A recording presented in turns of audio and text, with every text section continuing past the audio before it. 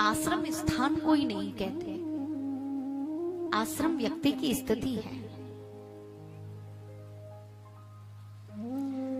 हमारे जीवन में 4 आश्रमों का वर्णन किया है।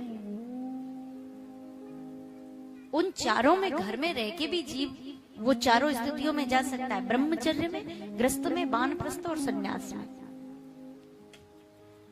और कोई स्थान बनाकर किसी तीर्थ में उसको आश्रम का नाम देकर, हो सकता है वहां भी वो ब्रह्मचारी न रहे, हो सकता है वहां भी वो वानप्रस्थ में न जाए, हो सकता है वहां भी उसका संन्यास भ्रष्ट हो जाए। क्योंकि 2 जिम्मेदारियां बढ़ती हैं।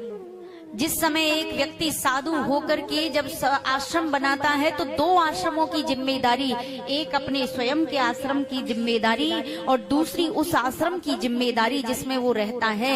यानी इस आश्रम के सिद्धांत और नियम भी नहीं टूटे और मेरा भी सिद्धांत और नियम इस आश्रम में न टूटे। क्योंकि हो सकता है इस आश्रम में बहुत लक्ष्मी आए, हो सकता है इस आश्रम में बहुत यश आए, हो सकता है इस आश्रम में बड़े ही सुख सुविधाओं का संचार हो जाए। कहीं ऐसा न हो कि इस आश्रम की लक्ष्मी, सुख सुविधाएं, यश, ऐश्वर्य, मान, मर्यादा मेरे स्वयं के आश्रम को बिगाड़ दे,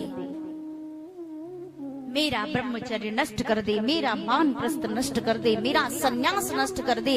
इसलिए मैं घर में रहता हूं कि आश्रम में इससे ज्यादा ध्यान हमारा इस बात पर होना चाहिए कि मेरा शरीर ब्रह्मचर्य में रहता है कि गृहस्थ में, वानप्रस्थ में रहता है कि संन्यास में। क्योंकि दुनिया को सुधारने से पहले स्वयं को सुधारना होगा।